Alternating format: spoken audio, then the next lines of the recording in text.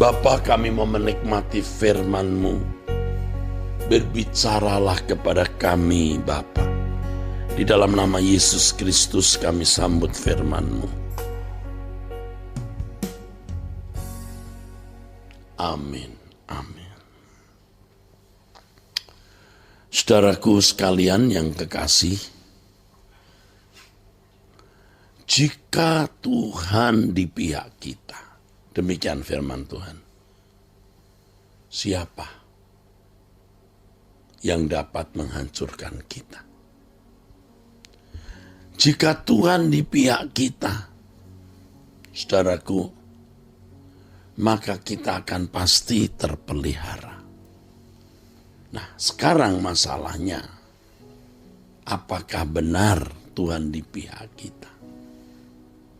Saudara, jangan ragukan Allah Bapa yang Maha Baik.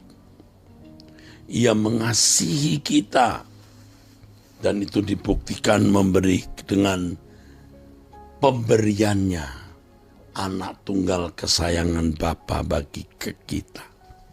Pasti Bapa mengasihi kita. Pasti Bapa membela kita. Tetapi layakkah kita dibela oleh Tuhan? Tentu Tuhan tidak akan pernah membela orang yang tidak membela Tuhan. Artinya, saudara, Tuhan tidak akan membela orang-orang yang hanya hidup untuk kepentingan dirinya sendiri dan tidak memperdulikan sesamanya. Tuhan tidak membutuhkan apa-apa sebenarnya karena Dia Maha Kuasa, Maha Kaya, saudara. Tetapi Bapa ingin agar kita melakukan atau memiliki tindakan-tindakan yang menunjukkan pembelaan kita kepada Tuhan. Selama ini saudara mungkin hanya meminta, mohon perlindungan, pemeliharaan, dan pembelaan Tuhan. Tetapi saudara tidak pernah berpikir dengan serius bagaimana kita membela Tuhan. Tentu Tuhan tidak perlu dibela sebenarnya. Tetapi ingat apa yang dikatakan Tuhan di dalam Matius pasal 25, yaitu apa yang kita perbuat untuk saudara kita yang hina, mereka yang lemah, mereka yang membutuhkan pertolongan, itu pembelaan kita kepada Tuhan. Jadi tidak heran kalau di Matius pasal 25 itu Tuhan berfirman, ya, ketika aku lapar, engkau beri aku makan. Ketika aku haus, engkau beri aku minum. Ketika aku bertelanjang, engkau memberikan aku pakaian. Ketika aku dalam penjara, engkau melawat aku, dan seterusnya. Sungguh ini hal yang luar biasa, saudaraku. Kalau Tuhan, ya, mau mengidentifikasi dirinya, ya, dengan orang-orang hina yang membutuhkan pertolongan. Ini berarti kabar baik bahwa perbuatan kita kepada mereka yang membutuhkan pertolongan itu perbuatan yang diperhitungkan bagi Tuhan. Tentu dalam hal ini kita juga harus hati-hati, saudara. Tidak sedikit orang yang menyalahgunakan kebaikan kita atau memanfaatkan kebaikan kita. Saya sendiri kadang-kadang juga bingung, ini orang sebenarnya mau apa. Karenanya di gereja yang saya gembalakan ada orang-orang yang bisa dihubungi jika saudara membutuhkan pelayanan.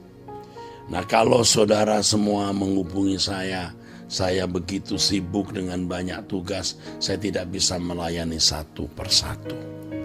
Tetapi saya mengerti bahwa menolong saudara yang lemah itu hal yang mutlak harus dilakukan.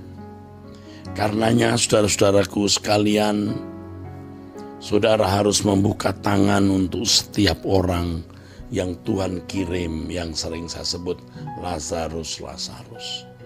Tapi tentu kita harus hati-hati dengan Lazarus palsu.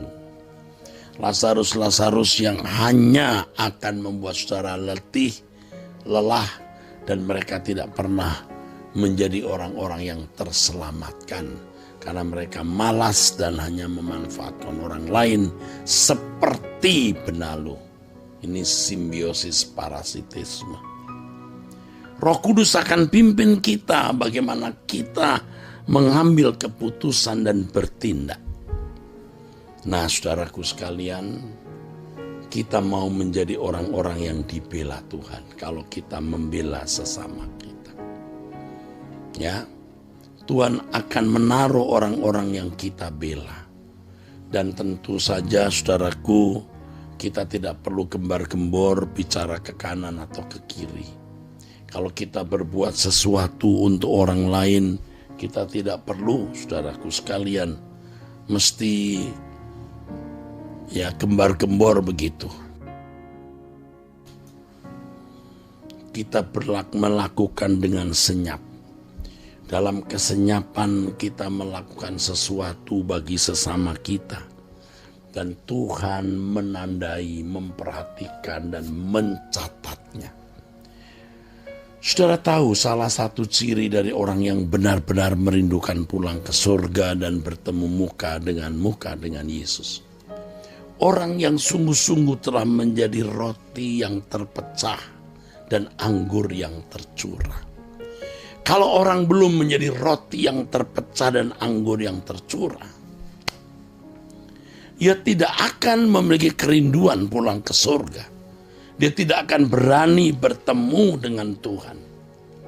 Tetapi orang-orang yang telah menjadi roti yang terpecah, anggur yang tercurah bagi sesamanya, yang termasuk apa yang tadi saya katakan membela Tuhan, orang yang pasti berkerinduan untuk bertemu dengan Tuhan muka dengan muka.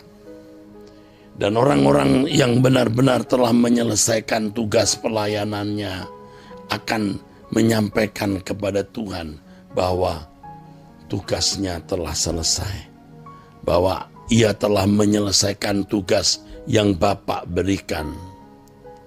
Ya. Dan kerinduan untuk pulang menjadi kuat karena telah berbuat apa yang pantas, yang baik.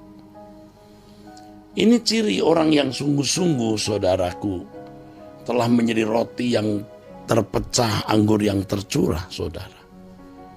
Nah, nanti di balik kuburnya Tuhan akan menyambut dan berkata, apa yang kau lakukan untuk saudaraku yang paling hina, saudaramu yang paling hina, itu perbuatanmu kepadaku.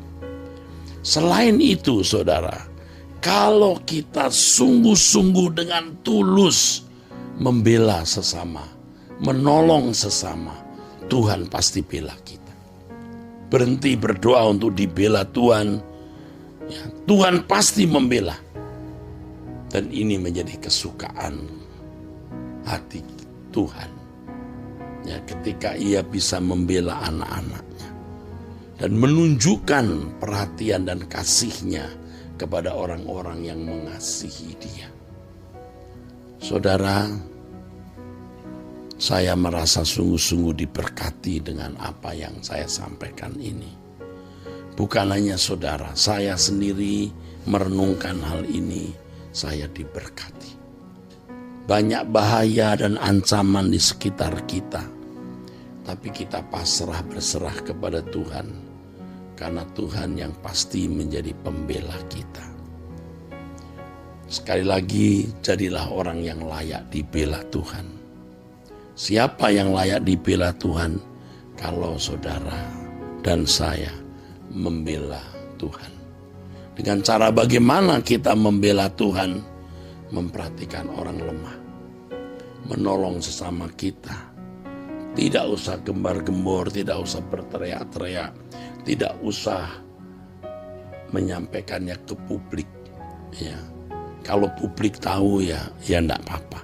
Bukan bermaksud untuk show, tapi kita melakukan ini karena Tuhan dan untuk Tuhan. Bersyukur saudaraku. Bersyukur kita bisa menolong sesama kita. Bersyukur kita bisa mempersiapkan orang-orang muda untuk menjadi orang-orang yang berguna bagi pekerjaan Tuhan. Ya, mereka tidak akan pernah jadi begal, maling, pencopet, menjadi pekerja seks komersial, tapi mereka menjadi anak-anak Allah yang mengasihi Allah dan menjadi berkat bagi sesama. Puji Tuhan. Inilah pesan Tuhan bagi saudara dan saya hari ini. Nah, saudara, saya sampaikan bahwa hari Kamis ini 1 September 2022 jam 6 sore nanti ada pemberitaan firman yang judulnya Cara Memandang Hidup. Ini bagian 2. Anda bisa hadir on-site, ibu-ibu, kaum wanita, tapi juga tidak menutup orang-orang tua bisa hadir. Ada satu pemberitahuan penting bahwa jam 11 hari Jumat besok itu pertemuan Civitas Akademika STT Ekumene. Ya, jadi semua mahasiswa yang aktif, alumni, karyawan, dosen, yayasan diharapkan untuk bisa hadir. Jika tidak karena satu dan lain hal bisa mengikuti melalui Truth ID jam 11 pagi waktu Indonesia Barat. Termasuk para donatur yang selama ini memberi perhatian kepada STT Ekumene, ikutlah bergabung dalam ibadah bersama atau pertemuan bersama itu. Mari kita berdoa. Terima kasih Bapa yang mulia untuk kehadiran-Mu dalam pertemuan kami dan firman-Mu. Bapa yang mulia, dalam nama Yesus Kristus kami bersyukur, kami berdoa. Amin. Amin. Sampai jumpa saudara sekalian, Tuhan memberkati.